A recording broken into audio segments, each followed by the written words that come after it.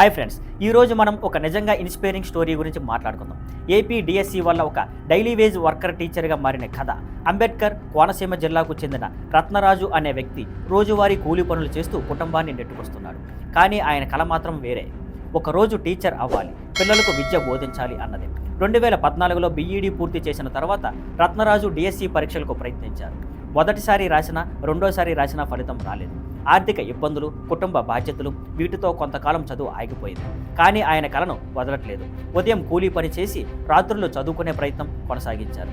ఈసారి కొత్తగా వచ్చిన డిఎస్సి నోటిఫికేషన్లో రత్నరాజు మంచి ర్యాంక్ సాధించారు. సోషల్ స్టడీస్ సబ్జెక్టులో 75వ ర్యాంకు. ఇప్పుడు ఆయన టీచర్గా నియామక ఆర్డర్ అందుకున్నారు. ఇది కేవలం ఒక వ్యక్తి విజయం మాత్రమే కాదు, చాలామందికి ఒక ప్రేరణ. కష్టపడి చదివి అవకాశాన్ని పట్టుకోవడంలో విజయం సాధిస్తే జీవితం ఎలా మారుతుందో ఇది ప్రూవ్ చేసింది.